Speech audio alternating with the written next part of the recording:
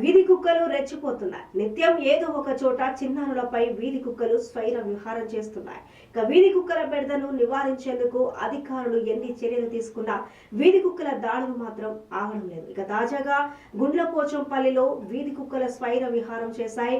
వెంచర్లో ఆడుకుంటున్న ఓ బాలుడిని తీవ్రంగా గాయపరిచాయి.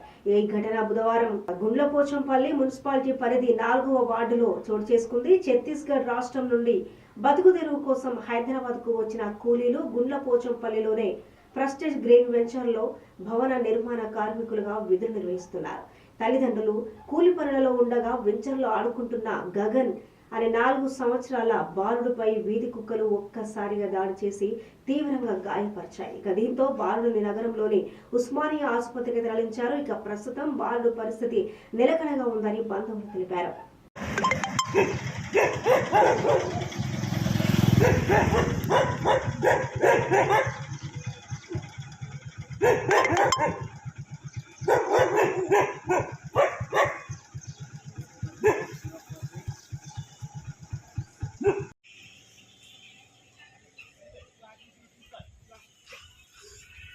రైల్వే గేట్ దగ్గర